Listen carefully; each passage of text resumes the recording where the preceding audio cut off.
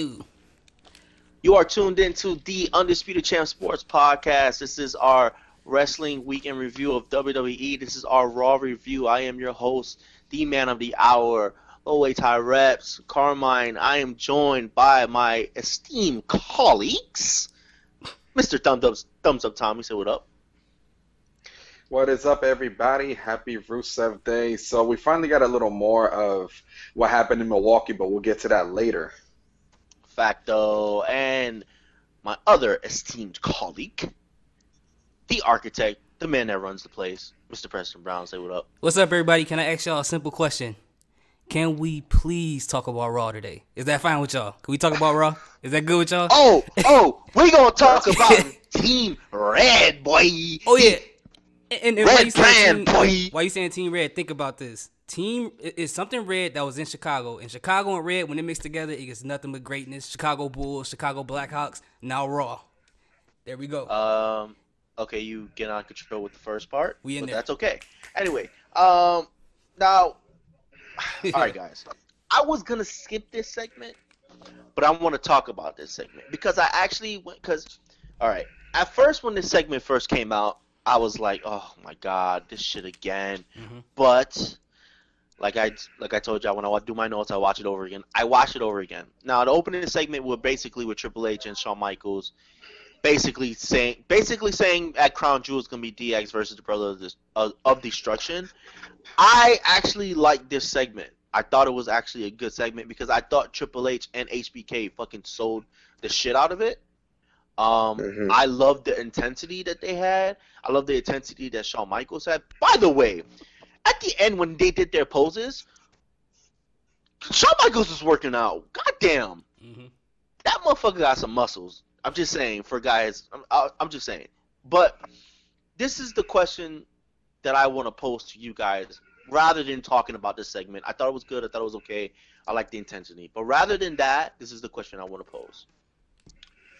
Would you have rather, because I'm going to give you my answer, would you have rather Shawn Michaels' returning match be this or something else? Tommy, go ahead. Honestly, I would rather Shawn's returning match be something else. The reason being because, at least in my opinion, The Undertaker is, no disrespect to him, he's a legend. I love Taker, everything he's done for the game. But he's not a true test to me in terms of whether Shawn still has it or not. You get what I'm saying? No, I got you. Yeah. Like, I would rather see him face someone like Daniel Bryan, AJ Styles, hell, even someone like, what's his name? Definitely Seth Rollins. I would love to see that. But, because these are guys that they wrestle a match style that's quite similar to how Shawn was in his heyday. So, I feel like having a younger version of Shawn, basically, against him now that he's, older, would be a true test of whether or not he still got it. Okay. I'm going to go ahead and go before I go to you, Preston, because I agree halfway with you. I agree that I want to see Shawn Michaels versus all of those guys, 100%. But I don't agree that should be his first match back. I do agree with this match because he has not wrestled in 8 years. Period. At all. Hasn't wrestled in 8 years. So I don't want to throw Shawn Michaels in. I don't want Shawn Michaels to be another fucking Undertaker where he wrestles once a year and the match is shit. Complete shit. I want Shawn Michaels to have a little run because there are rumors that if this match goes well, he will have a match at WrestleMania. If he feels good about this match, that's why that match that you want, AJ versus Shawn Michaels, if this match goes well, that's going to be the match at WrestleMania. Yeah, I've heard rumors of him possibly having a match like a singles match as early as Survivor Series. But I'm fine with that. That's why I said I don't have a problem with this being Shawn Michaels because a tag team match being his first match back, I feel like it's safe. He don't have to be in a ring for a long period of time. He can catch his breath on the ropes, tag in and out. I just feel like it's a safer match for him to get some of the rust off. Anyway, Preston, what did you think? What you think? Yeah, I'm gonna have to agree with you. Like, I don't mind this being the match that comes back because it's like an already prepared story where they don't have to build nothing up to it. We already know the history between him and Triple H. We already know the whole brothers and destruction type thing. And like you said, it's a safer environment, and he don't have to really do something that's gonna get him injured. Like, the last thing I want to see is him get injured. And kind of like what you said, I don't want him being in a match with AJ Styles or somebody like that because it's gonna make him look real bad if he's in there like moving really slow. I don't want to see HBK. Also, I don't want to see that match at fucking Crown Jewel. That's a WrestleMania match. You give me that match at WrestleMania, I'm in. Oh, facts. Yeah, anything with the guys that I mentioned, that's WrestleMania caliber match. Yeah, because you don't want to waste it on something that's not even, I guess, quote unquote, not even a canon pay-per-view. That's the only match. Yeah, I'm sorry, I would never want to see that match at Crown Jewel. Yeah, you don't want that at Crown Jewel. That's a waste. You don't waste stuff like that. And if you really think about it, it's funny that you named those guys. This is why I say Shawn Michaels and AJ Styles will happen at WrestleMania. Daniel Bryan will be occupied. Oh yeah, he's facing a Miz. Seth Rollins will be occupied. We know with who. Coming. Daniel Bryan will possibly go for her, or will be the champion going into WrestleMania. So that only leaves one person. And a year and a half ago, who was rumored to come out of retirement to face AJ Styles? Shawn. That's why I'm saying. That's why I'm actually gonna watch this fucking match, bro. I'm actually gonna watch this match at Crown Jewel only because of Shawn Michaels, only because I want to see how Shawn. If I feel like, because you can really tell. If I see Shawn Michaels and I see Shawn Michaels, no, I'm sorry. If I see Shawn Michaels, if I watch the match and I see HBK and not Shawn Michaels, if I see Shawn Michaels, then I don't know about the match happening at WrestleMania. But if I see fucking HBK, if I see that fire, then boy, I want that match at Mania. I agree, but I don't want to get my hopes up because no. I don't know if hopefully it does go that way. That'll be perfect. But if knowing Triple H, knowing how he is, if this is them trying to get the nostalgia out of their system, I can't see no reason why he'll try to find some way to put himself in WrestleMania. Yo, bro, I swear to God, if we get Triple H versus Shawn Michaels at WrestleMania, I got a feeling it's gonna happen. I'm gonna be pissed. I got a feeling it's gonna happen. All right, before like my excitement goes away, let's move on. All right. Let's move on. All right, I forewarned y'all about this. Yeah. And let's talk about Bobby Lashley versus Kevin Owens. Oh my God, I didn't think it was gonna happen. I just did it. I didn't think WWE was gonna do it. But we got, and what's funny is, like, I felt like this was such a great. First of all, I thought it was a good match. I thought it was a good back and forth to see how in the beginning of the match, even though yes, it's Chicago and they were cheering for KO, Lashley was still wrestling like a face until Leo grabbed the mic. Mm-hmm. When he grabbed the mic, and the fans started to turn. Like really, really turn on Lashley, and you can see it if you really watch the match closely. Mm-hmm. You see Lashley has Kevin Owens on the ground on a headlock, and the crowd is, and then Leo was talking, and the crowd is booing, and Lashley is looking up at the crowd and has that look on his face like, what the fuck? They're really booing me right now, and that's where everything fucking turned completely. KO was completely wrestling like a face the rest of the match. Absolute face the rest of the match, and Lashley was wrestling like a heel, because I remember when Lashley threw KO in the barricade outside, and then he looked at the crowd and gave him like he just gave him that look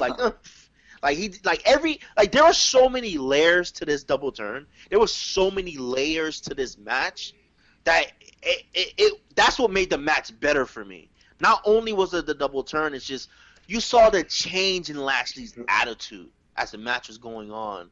You just saw the change in Lashley. KO was, yo, bro. I'm telling you right now, bro. I'm telling you right now. Kevin Owens, if they do this right, he will be the biggest face on Monday Night Raw. Period. He will be bigger than Seth Rollins on Monday Night Raw. He will surpass Seth because let's be honest, bro. Fans can now chant "Fight Owens, fight." They can do that now. Like KO can really beat it into the fans. Fight Owens, fight. Fight Owens, fight.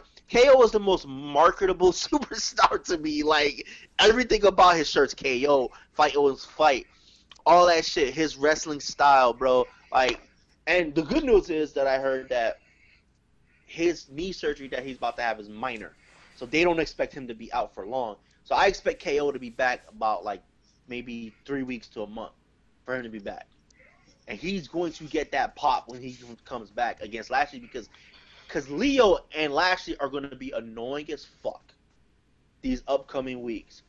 And also to combine with this match and this double turn, I thought the promo right after when they interrupted Balor and Bayley was great. You saw a different Bobby Lashley. He was cocky as shit, and he was in your face. And Leo was just fantastic as always. Anyway, I talked enough about this, guys. I'm going to go ahead and let Preston go first. Tommy, go ahead, Preston. All right, yeah, so I definitely agree with you. I like the fact that Leo Rush prepped the crowd to turn on Bobby Lashley. When he got annoying, when he kept saying stuff over and over, he got the crowd annoyed with him, in turn being annoyed with Bobby Lashley. And that's great because they allowed the crowd to actually control the pace of the match. Because if you think about it, not up until they started booing him, like you said, that's when Bobby Lashley started to change the way he wrestled. And this is something we've been waiting for a long time. Now, I'm hoping that if they do make Kevin Owens a face, that they don't go the babyface route. I don't want him pandering to the crowd. I don't want him doing any of that. They're not going to, because he wasn't really pandering to the crowd in the match. Not like when he did the outside dive, like he didn't run, like he walked to the other side of the ring and looked at the fans, and the fans were just cheering him. He just looked, but he still looked badass. Like, you know what I mean? Like he was just looking at like I've seen KO do that before as a heel. Yeah, but as long as they keep it in that lane, I don't want them to change nothing. Just keep him the way he is. Yeah, me too. Make him face.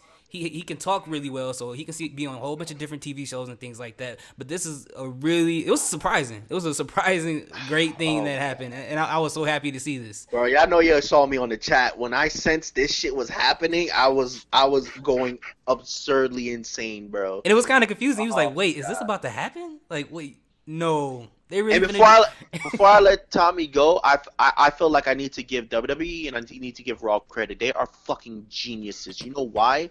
It made all the sense in the world. What is the city that's going to absolutely turn on Bobby Lashley? They waited till they got to Chicago, where they knew Chicago was going to cheer Kevin Owens profusely and boo the fuck out of Bobby Lashley if you gave them a chance. Yep. That was just genius. Anyway, go ahead, Tommy. I enjoyed this segment quite a bit. Like, the match itself was very solid because, I mean, it's KO and Lashley. Lashley may not be much when it comes to cutting a promo, but he's definitely very solid in the ring. You know, his ring work is phenomenal. Also, I would say that, again, it's one of the highlights because they played to the crowd so well. I took notice of what you said, that Lashley, when they started booing him, he was like, what the fuck? And then they just completely flipped the match on the fly. You know, KO started wrestling as a face, and what's his name, Lashley, more heelish, especially, you know, with the attack after the match. I just think, and another thing to me that was very good about this double turn, first of all, we haven't seen one like this in a long time. Secondly, that it now adds some continuity to Leo Rush, because on 205 Live, he's a heel.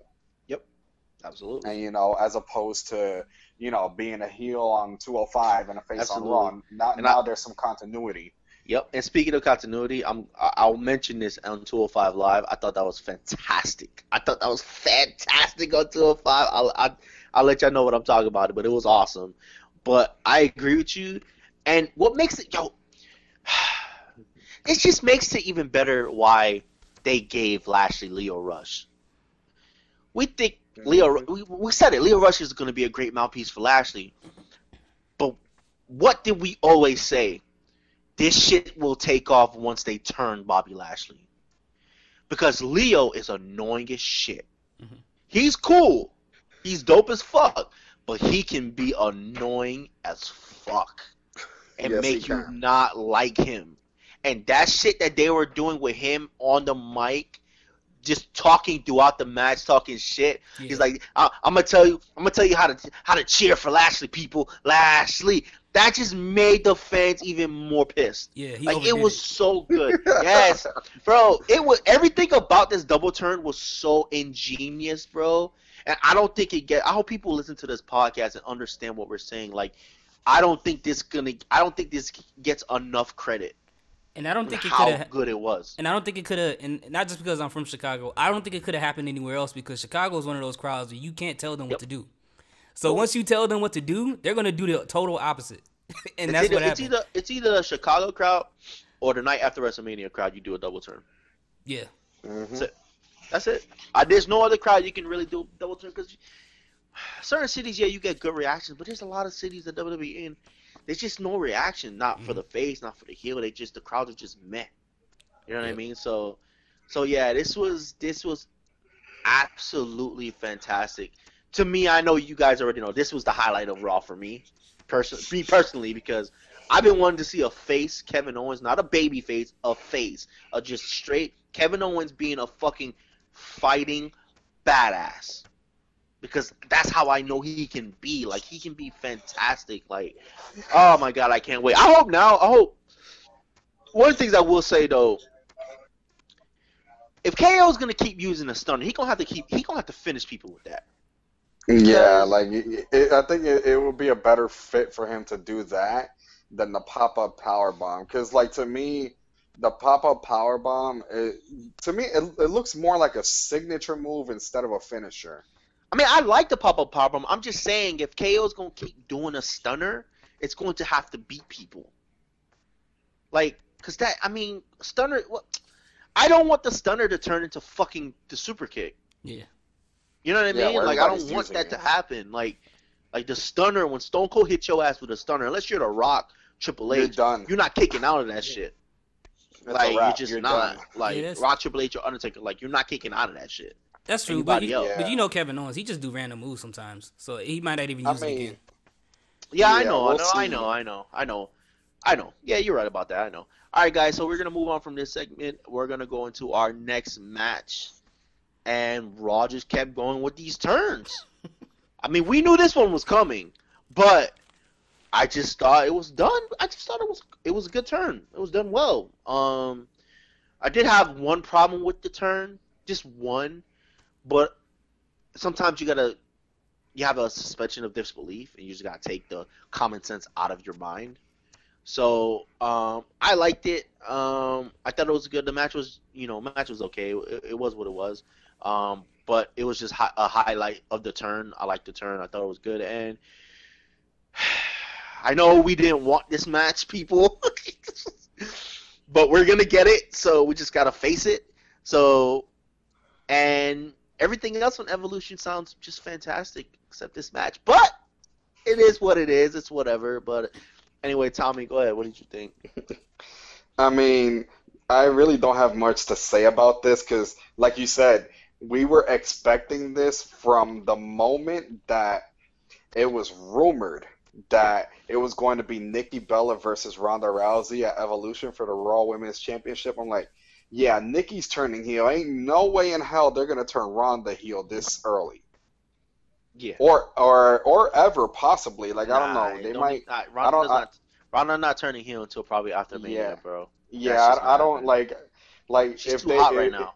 Exactly. She's too much of a hot commodity right now. So like for her to just do a complete 180 would possibly fuck up WWE's bottom line, and they ain't trying to do that. Yeah, for sure. What about you, Preston? I definitely agree. I think I noticed something in this match they did with the Leo Rush and Bobby Lashley situation. They kind of prepped the crowd to be angry at the person. Because if you notice during the match, they kept having Brie going against, what's her name? Liv Morgan. Liv Morgan. They kept having those I like situations. that. I did like that. My bad. I forgot to talk. Yeah, I'm glad you mentioned. I did like that part. They kept calling and back Liv, to the Liv kick. was going at her ass too, boy. I love that. I love that part. Yeah, I was like, this is dope because they kept calling back to the concussion and to the kicks and everything like that. Yo, and Ruby Riott would come in and kick her and stuff. She did. Yo, she kicked the fuck out of Brie Bella. Oh my god, I love that. Like I love when Liv got her payback. Yeah, and when I would just like to say, guys, I just like to mention, Liv Morgan needs me to put babies in her. I'm just like to say. Dang. But anyway, keep going. Okay, so hold on, because last podcast you said you have 4 wives. What number is Liv? We'll get there. Anyway, go ahead, Preston. We'll get there. We'll get there. Hey, but on a semi-related note, I don't know if y'all saw what Paige tweeted about the whole Liv and Bree situation. Well, not that she tweeted, but they asked her about it on a podcast. I seen that shit. I don't disagree with what she said. I don't disagree with her, but at the same time, I'm like, Paige, I see at the end of your little comment you're trying to take up for Brie Bella. But I don't mind what she said, because even though Brie Bella made a mistake, I don't think she should have been fucking absolutely crucified for it. Crucified and abused on fucking social media like she did. Yeah. She did get, honestly, I agree with Paige. Like, that was really bad. I agree. The only reason she got so much hate for it is because she's a Bella. But one thing I disagree with Paige on, because when she said about Ruby and Sarah shouldn't let her go back in the ring, when Ruby and Sarah went to go do that suplex spot, Liv Morgan was with the referees. She was with. That's what I'm saying. She was with the referees and the trainers. So they're thinking in their heads that she's not gonna come back in this match. She's with the trainers. They're gonna take her to the back. So when they went to go do that fucking 6-person suplex, yeah, they were in the suplex when Liv Morgan came and did that shit. But after that suplex, Liv Morgan didn't come back in the ring because Sarah Logan stopped her from coming back in the ring. So I don't agree on that. I don't actually agree on that part. I don't think Paige should have said that, because she should have looked at the situation like it's not their fault that she came back in the ring. Exactly. Like I don't agree with that. Yeah, I don't agree with that, but I do agree with her with the fact that Brie got more heat just because she's a Bella. But yeah, anyway, we digress. No, yeah, for sure. Yeah, for sure. But anyway, Preston, you got anything to add? Yeah, that the whole time during the match, it felt like they were prepping the crowd to be mad at the Bellas, even though they already kind of disliked them, but they kind of added a little bit more sauce on there. Showdown. Yeah. And then they added a little bit more sauce on there by having her go at it with Liv Morgan, which made people side with Liv Morgan a little bit more. Absolutely. That was smart. That was so smart. I like the heel turn. One thing I will say, we all know the match was coming at Evolution between the two. The one thing I don't want them to do, and if they do this, I'm kind of going to be irritated, if they pull the Twin Magic thing. I hope they don't do that, because that's not going to be believable at all. Not even close. They can't pull the Twin Magic thing anymore, because Brie and Nikki are twins, but we can tell them apart easily. No, yeah, that's what I'm saying. We can tell them apart. Ever since that boob job, they can't do it. But that's it's not going to work. They don't come out in the same gear anymore. And that's what I'm saying. I don't like. I hope they don't. But when it comes to WWE, they can't. I know WWE is stupid sometimes, but they have to be mentally retarded. Like I'm not even joking when I say that. They have to be mentally retarded to actually do that. Yeah, and because they don't look alike anymore. Yes, they're twins, but they don't fucking look alike anymore. We can tell them apart easily. Yes, I'm hoping they don't. But I already know Nikki's gonna she's gonna lose the match by DQ. She's not gonna lose clean. You think so? Yeah, she's not losing clean. They're not gonna do that to her. I think she is, bro. Because of who she's going against, I really think she is. I think she's gonna lose the match clean, and then we're not gonna see the Bellas for a while. I feel like Brie's gonna get involved somehow. Yeah, and I don't think it's gonna work. I think Ronda's gonna take her out too. If that happens, that's gonna be dope. But yeah, I think that's what I think is gonna happen. I think Ronda's gonna look like a fucking she's not gonna squash Nikki in the match. I'm just saying Ronda's gonna look like a beast. She's gonna take out Brie. She's gonna take out Nikki, and then you're not gonna see the Bellas for a while. Like I think that's what the plan is, pretty much. But then because WWE feels like, as far as this generation, they feel like Nikki Bella is such a gigantic star. So that's why they want this match to main event the show. And as much as I don't want to see this match, as much as fuck, I just Nikki Bella's a good ass, but she has a nice ass, but I don't want to see her wrestle. I just don't. But as much as I don't want to see that, the rest of the Evolution card looks awesome. So I'm fine if we just get this match, because I feel like we're gonna get like really, really good matches the rest of the way, and so I'm fine with it. It's whatever. It is what it is, bro. You know what I mean? It is what it is. But anyway, moving on from that little situation, we're gonna go ahead and go to the next match on the card. It was a funny segment. It was dope, but we're going to the Battle Royal to qualify for that little World Cup tournament. Now, for all the viewers out there, I just want to point out that as soon as I saw that gold guy in the ring, and these two can attest to it, I said, yo, that's Kurt Angle. That was so obvious that was Kurt Angle. Like, it was so fucking obvious. Like, because he looked the same height. He looked built the same. And just Kurt Angle likes doing silly shit. Like, he enjoys that shit. So I enjoyed him doing the little dance he was doing in the ring, the little lucha dance. He was doing this shit. Like, I thought that was dope. And to see that, I don't mind that Kurt Angle's in this tournament. I think it's dope, because I think this Crown Jewel is before Survivor Series, right? Yeah, I think this Crown Jewel tournament, I think this is a little warm up, because honestly, I think we are gonna get the same way we got Team Bischoff versus Team Austin a while back. We're gonna get Team Angle versus Team Corbin at Survivor Series. I don't think they're gonna do Raw versus SmackDown this year. No, they're not doing it. Yeah, so I think that's what they're gonna have. We're gonna get Team Corbin versus Team Angle. But anyway, I thought this was just a nice little fun match. Like I thought it was fun. That's all. I just thought it was fun. What'd you think, Tommy? I thought it was a funny ass match because, like, first of all, Baron Corbin, like, you knew he was gonna insert himself in that match. Like, that was easily predictable from the jump. But then on top of that, it was like such stereotypical choices, you know, and like that was such a racist ass fucking segment, bro. Like some people might have taken offense to, you know, how stereotypical it was. I just found it to be funny as hell. Yeah, but you know what? We're huge wrestling fans. We're huge WWE fans. Let's be real. In the 90s, this was the norm. That was okay. This is light, bro. Vince McMahon said, "Nigga," we're on old camera, enough to bro. remember.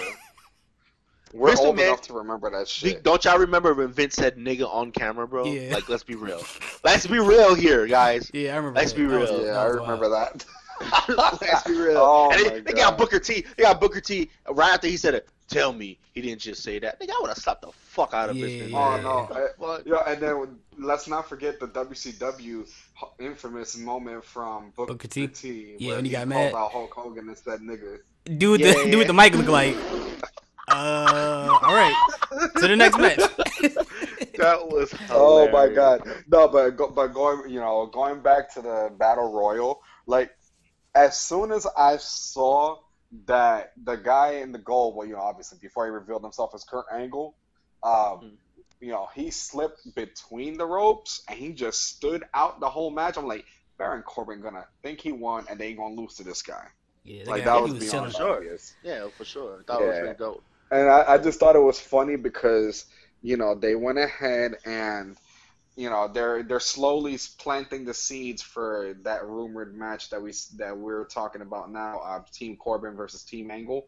So, you know, that's good. You know, that's a little bit of long-term storytelling per se, like medium. I guess you could say medium term is short/long term, because, you know, Survivor Series is over a month away, so. You know, that's a bit of a stretch from now. So yeah, man, and Raw's starting to do that, bro. Like Raw's turning the corner, my guy. Like, I'm gonna be honest with you, Raw's fucking turning the corner, because they're starting to do that. They're starting to build their show around long form storytelling. Like, that's how it should fucking be anyway. Ooh, but slow down, because Raw gets good after every pay per view, and then they tank it.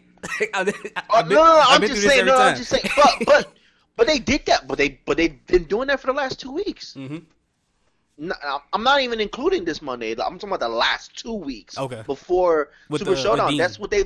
Yes, that's what they've done. Yeah. So Okay. I'm not saying it's gonna keep going like week after week because no wrestling show is gonna fucking do that week after week. No. But I'm just saying like they're really starting to turn a corner in that sense, and I'm enjoying it. But Preston, anyway, go ahead. What did you think? Okay, I would agree with y'all. The one thing that I like the most out of this match, other than the racist characters and finding out that was Kurt Angle, I like the fact that it was a callback to the Attitude Era and nobody noticed it. Nobody noticed it. He wore the exact suit that Jeff and Matt Hardy wore when Edge and Christian had the tag team championships, and they were like, "We're gonna wrestle somebody random because we have to defend it."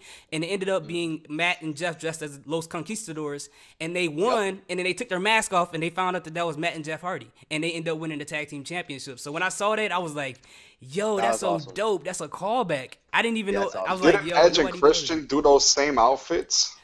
I don't remember if Edge and Christian did it, but I know Matt and Jeff beat them for the tag team championship in those outfits. Yeah, for real. That was such a low key, what's it called, callback to the Attitude Era. Mm-hmm. Yeah, facts. Yeah, when I saw that, I was like, that was dope, man. That's why I was laughing so hard. Damn, after you said that, it just made the segment even better. I didn't even realize that. Holy shit. That just really made it even better for me. Wow, that was awesome. But anyway, guys, we're going to go ahead and move on from that. We're going to talk about this really, I thought it was really good little promo segment with Trish, Alexa, and Mickie James. I thought it was good back and forth. Trish is, getting into form. Listen. I know we've been saying Trish don't look like she's aging very well, but after them images I saw, boy, she looks pretty good. Not on Monday, but them images. Not on Monday. On Monday, she looked good, but not, But them images, oh boy, Trish is really getting into form. But anyway, I thought it was a good segment, and I like the change to this match. And I tell you why. Me too. I'll tell you why I like the change to this match being a tag team match with Trish and Lita versus Mickie. I bet you're going to say the same thing I'm thinking. I bet you. But we're going to hear it anyway. Because all the singles matches should be title matches. At Evolution, the only singles matches that should be in Evolution are the title matches. I don't think any... Because they're talking about having 50 women on the show. Yeah. So you have to put these women in tag matches, battle royals, 6-man tag matches. I think the only matches that we see on this show should be singles matches are the championship matches. Right. I don't think any match on the show, but that's my reason why I feel like they're gonna do this. But another reason why I feel like they're gonna do this is because of Trish and Lita. The same reason I said Shawn Michaels is good for him. His first match back to be a tag match. I think it'll be better for Trish and Lita. Their match. It's not their first match. The Women's Royal Rumble is technically their first match, but I feel like this will be better for them to be in a tag match. But anyway, Preston, I don't think I said what you said, but no, you definitely didn't. All right, so cool. So go ahead. What was the reason? Okay, I'll say this first. I like the whole segment. I was kind of disappointed in the Chicago crowd because while they were talking, it felt like they sucked the energy out of it because they kept making noise while they were trying to talk to each other, and it felt like it just took the whole momentum out of it. But I like the fact that it did turn into a tag match, and the 2 points you made were really good. But I like that they can be able to tease the whole Trish and Mickie James thing during the match. Yep. I think that's gonna be cool. Yep. I think that's the part I was thinking about when they set it up. That is going to be awesome. But that's all. Mickie James. Oh my goodness. Anyway, Tommy, go ahead. So as far as that, I enjoyed it because, first of all, I wasn't exactly thrilled at the idea of Alexa versus Trish one-on-one. Yeah. I get that. I mean, I get that. Yeah, because it's not, and no disrespect to Alexa, because she's gotten a lot better over the last couple of years. I just always felt that if it were a one-on-one match, Sasha would have been a better match for Trish. I definitely agree with that. And then, plus, word is, because, Sasha got hurt, unfortunately, and then, we all heard about Alexa Bliss getting hurt a couple of weeks back. Mm-hmm. So this is a way to kind of protect her of sorts, so that she doesn't have to take as many bumps at Evolution. Yeah. Yeah, I didn't think about that. And I actually was not looking, I love Lita. I love Mickie. I was not looking forward to Mickey versus Lita 1-on-1. I never like pictured that match happening. Yeah, it was Like kind of weird. I just never pictured that as a good fit of a match happening. Like I picture Lita versus Bayley as a good fit. I'll tell you that right now. I thought that match would have been a great match and a great fit because I know Bayley's like a hyperactive Lita fan. She's like Lita's her number one. So I would love to have seen that. I thought that would have been a great match, but I like the change. I love that they made this change. This is the right move to make. It was a great move, and I'm now looking forward to this match. But is this leading us to that still getting in that single match between Alexa and Trish Stratus? I don't think so. No, because No, I think it's gonna be a one and Trish is done. talking about. You know who Trish is talking about wanting to get in the ring with? Charlotte. I could see that. She wants to wrestle Charlotte. That's who she's talking about. She wants to wrestle. And watching seeing that Trish is like working out, like I don't feel like Trish is just working out for just this match anymore. Like I think we're gonna see more Trish Stratus matches. that's what I'm thinking. She's gonna be there. We definitely gonna get one at WrestleMania too. Like I'm not saying I don't know if we're gonna get Trish Stratus maybe going after the title. I don't know that. Oh no, not for the title, but just for WrestleMania. But I feel like we're gonna get more Trish Stratus matches. I mean, I don't see her versus Charlotte being a WrestleMania match because I think no matter what happens, where or what, Charlotte and Ronda Rousey is going to be at WrestleMania. Yeah, and That's Eventually. and that's why I kind of think she's gonna face Alexa because why would she? There's no reason for her to face any champions. She's not gonna be there long term. So you think so saying that, so you think they made this into a tag match to save that match for a WrestleMania? Mm-hmm. Because it doesn't. Because the whole build up to this didn't make sense for it to be a tag match. That's true. That's true. Maybe that is the only reason why they changed this into a tag match. Yeah, so it can save it. So to save it to WrestleMania. So I get Alexa's it. gonna lose. We know Alexa's team's gonna lose, and she's gonna say the only reason why she lost because it wasn't a real 1-on-1. And Trish changed it to a tag match because she didn't want to face her 1-on-1, and then we're probably gonna get the 1-on-1. Yeah. True. I mean, listen. If they build it up right and get me interested, then hey, Yeah, it is what it is. I agree. But the next thing I want to talk about, I not really want to talk about because look, it's not really something to talk about because I mean, to be honest with you, actually, I did skip over this that I did want to talk about. I thought it was a dope backstage segment with the Dogs of War. I'm sorry, my bad. Yeah. The Dogs of War. Anyway, I thought it was a great backstage segment because you had Dolph trying to hype everybody up, and then Drew McIntyre looking at him like, "Yo, I'm getting a little bit tired of you thinking you're in charge. You need to, we ain't the ones that took the pinfall at Super Showdown. Mm-hmm. So you need to get it together." Like I looked at like, holy shit, okay. And you got Braun coming like, both of you shut the fuck up. Basically, yeah. Pretty much, both of you shut the fuck up. And they shut up. Know why you're here. You're here to make sure that I'm champion. And let's go out there and win. And he looked at Dolph and said, "We have no room for weak links." And he looked right at Dolph. I thought that was great. I thought that was like great backstage. It was so intense, and Dolph looked like he was about to piss himself. Yeah, he was scared, bro. Because both of them dudes was getting at his ass, and he looked like he was about to really piss himself. But anyway, what you guys think about this? Preston, go ahead. No, I agree. It's the same thing you said. I mean, it's not too much to say, but he did look like he was scared. And I was thinking he was gonna say the Smokey thing. Like when you tell me shut up, I'll shut up. But when you walk away, I keep talking. I was like, that's exactly what Dolph was thinking in his head. Bro, if he said that shit, best segment on Raw, period. I'll be crying.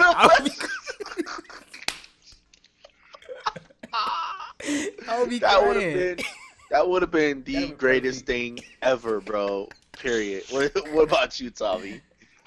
I thought it was just funny as how like Braun was basically, at least to me, he sounded like that substitute teacher that just resorts to yelling when two students are just bickering nonstop. Mm-hmm. He's like, "Will you just shut up, Leo?" Like that kind of shit. Like that was funny as hell to me. Yeah. And then, I like how they're, just like they keep teasing the heel turn on Ambrose, they're slowly starting to and not just with one person, but with all three members of the Dogs of War. Like they're starting to tease an implosion between the trio. It's gonna happen after Crown Jewel. It's happening very soon.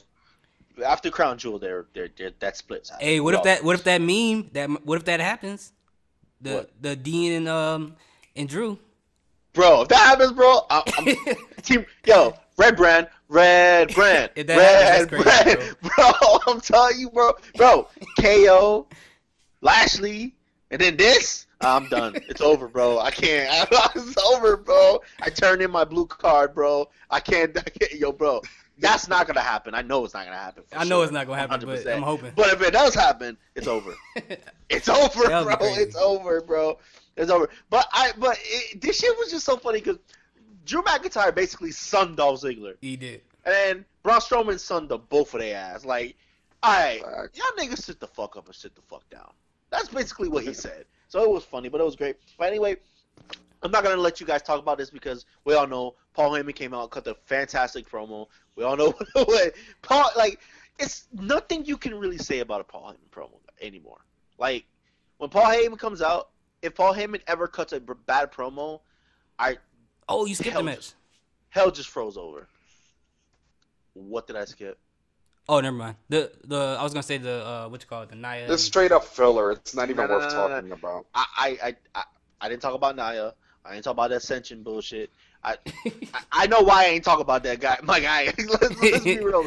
There was 3 matches that were filler pretty much. Mm-hmm. Like even though I enjoyed the whole Bayley and Finn Balor thing, but it was filler match. Like let's be honest. It was filler. But yeah. Anyway, let's get to the main event, guys. We have the Dogs of War versus the Hounds of Justice, the Shield. Basically a rematch from Super Showdown. I thought this was just like Super Showdown. I just thought this was a great main event. This is a fantastic 6-man tag. It was awesome. There was great back and forth, but Dean Ambrose looked fucking great in this match. Yeah, he was crazy. I don't know who noticed that shit, but he was the standout. He was going in. I feel like this was a match to showcase Dean. I think they made Dean the showcase for this match, and what happened at the end with him was a tie-in together. Mm-hmm. Because Dean went fucking all out to win this match. And he was a standout, but they still lost. And him walking away after the match was a testament to that. Like, you know what? I went all out. You two didn't fucking help me win. Mm-hmm. At all. And he just walked out. But I thought this was a great match, great back and forth. I love the spirit. I mean, yeah, that was a good spirit by Roman at the end. But anyway, what did you guys think about the match? Go ahead, Tommy. So the match was definitely a good rematch because one thing I will say, because there was actually quite a few rematches on Raw this week. And SmackDown does it too. But one thing I will always say is I don't really care if it's a rematch as long as it's entertaining. Yeah. Like if it's a boring match, especially a filler match that's boring, then I will bash the fuck out of that match because I hate filler that leads to nothing. Mm-hmm. Yeah, I don't mind rematches as long as there's something different in them. Exactly. We got something different. Yeah, exactly. Like you don't have to, it can be the same people in the match. Just, there's little changes that didn't happen in the last match. And this match was phenomenal. Like I was happy that it was the main event because, it's 6 guys that get in there and just the chemistry between those 6 makes for a great match automatically. Yeah, Granted, people may feel how they want to feel about Roman Reigns, how he's the chosen one, XYZ, etc., etc. But you can't deny that when he's with the Shield, he's money in those 6-man tag team matches. Yeah, facts. I mean, it's a fact. We all know that. We all know that when the Shield was in their heyday, Roman played a good Norman played an important part in them 6-man tags. Like He was a cleanup man. Yeah, they weren't. Those 6-man tags weren't just great because of Seth and Dean. Like, let's be honest. Like, he played his part. He played his part right. We all have different problems with Roman Reigns. But anyway, Preston, what did you think about this? I thought it was a great match, and I will say this: I'm glad it happened on Raw, my show, in my city, and one of my favorite wrestlers that I've been behind for a long time that people thought I was crazy about being behind showed off that night, and I was happy to see that. And this whole entire match, like you guys said, the chemistry was dope. It was amazing. Who did Dean pin at the end? I don't remember. No. Drew McIntyre pinned. He got pinned. Oh, Drew McIntyre. Okay. Yeah. Dogs of War won the match. Dogs of War won the match. All right, I'm thinking of something else. And the thing I was mad about is because when me and Tommy was doing the predictions for the Super Showdown, my prediction was that Dean Ambrose was going to walk out. And he didn't do it until this week. He did it on Raw. Yeah, he did it on Raw. And I was like, what the heck, bro? Super Showdown was the house show filler, and they were waiting on Raw to pull the trigger on everything. Mm-hmm. To basically pull the trigger on everything. So Dean Ambrose. Honestly, I'm kind of glad that they didn't pull the triggers on Super Showdown because, like we said, Super Showdown was really just a glorified house show. I agree with you. And Dean Ambrose, the way he looked in the ring, he was like that player. This is his last year in the contract. He trying to get traded. So he showed off in the ring, bro. That's what it looked like. And I like the match, bro. I love this story with Dean, bro. I like what they're doing with Dean. Finally, they treating this man right, and I can't wait to see what they're gonna do with him. Yeah, man. I will say this about Monday Raw. I thought Raw had good segments. I feel like, okay, the double turn was the absolute highlight because we haven't seen that in so fucking long. Mm-hmm. And there was entertaining stuff on Raw, the only thing I guess I could say, I don't think there was anything bad on Raw. I just think the filler shit was just okay and not worth talking about. But I don't think there was anything bad on Raw. I thought Raw as an all-around show was really, really good, and it was very enjoyable. Like, I actually enjoyed it. But anyway, I felt like that Paul Heyman part wasn't filler, but I feel like he was like stalling for some reason. I think somebody match ended early because it seemed like somebody was like, "All right, we got 30 minutes to the next match. Go out there and talk." That's what it felt like he was doing. But I'll never be annoyed by I'll never be bored by a Paul Heyman promo. Oh no, I wasn't bored, but it sounded like he was talking. Oh no, it was a great promo. Yeah, no. I think it was a really good promo, but I do agree that I felt like it felt kind of out of place. Yeah. Because it happened out of nowhere, and it's not like Brock Lesnar came out or anything. You know what I mean? I understand that, but I do agree. Maybe the 6-man tag, there was too much time, and they're like, oh shit, we gotta do something. Because I noticed right at 9:30 my time, 10:30 your time, that's when the match started, and I was like, okay. Yeah. So he filled up 10 minutes. Word. Yeah, definitely. Anyway, guys, that's gonna do it for our Raw review. Now, before we go ahead and get out of here on the Raw review, what's the grade you guys gonna give Raw? I'm gonna let Tommy go first. Dun, dun, dun. Me personally, I enjoyed all of the stuff that we talked about. I enjoyed it, but it's just the filler got to me because it was just like, oh my god, are you fucking kidding me? Like these goddamn matches. 3-hour show, bro. I get it, and it's like I told Preston last week. I get it that 3-hour show, you got to fill up time, and lots of times it's not gonna be, you're not gonna hit something with everything. But to me, it was just those 3 matches were just too much filler for me that led to nowhere. And I'm not saying Raw was a bad show because I never said I'm not gonna say that it's trash because it wasn't. It was a great show. I'm giving it a B. Okay, all right, no doubt, definitely.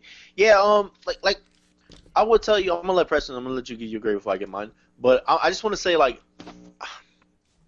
I don't mind the filler as long as there's more good around it. If there's more good around it, that's when I'm like, okay, Raw, you did it this week. You succeeded. You did good job. Just sometimes when Raw, they have the filler, they have bullshit surrounding the filler. And that's when I'm like, I'm out. I can't do this shit. I can't do it. But it wasn't the case this week. And I understand the filler. I understand, not everything on Raw is going to be great. It's a 3-hour show. They have to fill time. They have to put bullshit on the show. It's inevitable. We're going to get that every week. We just can't. There's no way around it. We can't escape that. You know what I mean? So I know what's going to happen. But Preston, what is your grade? What did you give Raw? Man, yeah, I agree with that as far as like the fillers and stuff like that. And I get what Tommy's saying. He wants it to be entertaining.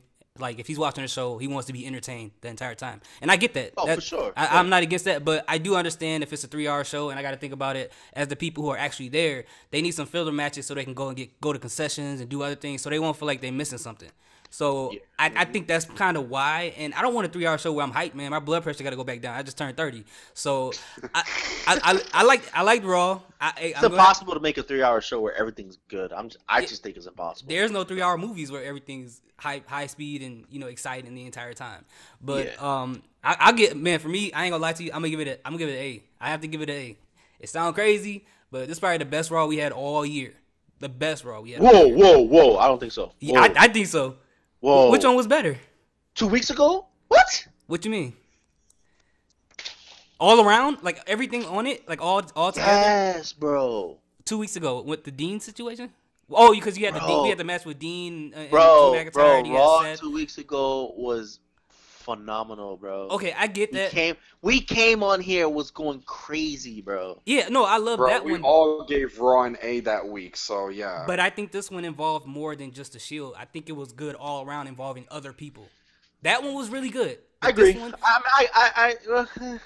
that one. I mean, you're not changing my grade. I'm just kind of I didn't expect you to give Raw an A, to be honest with you. I'm kind of surprised. No, but no. I honestly, I really did. Every chance I get. Anyway, yeah, I get what you're saying. Like Raw gets a very, very strong A-. That was my grade from the jump. It was an A-. I can't all the way, and I'm gonna be completely and brutally honest with you. The only reason why I don't give Raw B+ and he gets an A- is because of that double turn. That got me a lot, bro. That's why I think it's better than the other one, bro. That was like, to me, that double turn made it an A-, to be honest with you. Like, so much happened, bro. It's crazy. And if it wasn't for that double turn, Raw would have been Tommy's score for me. It would have been a B. Yeah, me too. But me too. For real. That double turn was so much for me, like it was insane. And if we got that rematch with the Shield and the Dogs of War again, and nothing changed, like Dean going crazy, I'll be like Tommy. I'll be like, yo, get this match out of here. Why y'all doing this again? Mm-hmm. Yeah. No, I agree with that. But anyway, guys, that's our grades for the show. That's our Monday Night Raw review. Please like, comment, subscribe, share with your friends. This is the Undisputed Champ Sports Podcast. That's Tommy. That's Preston. I'm Carmine. Tune into our SmackDown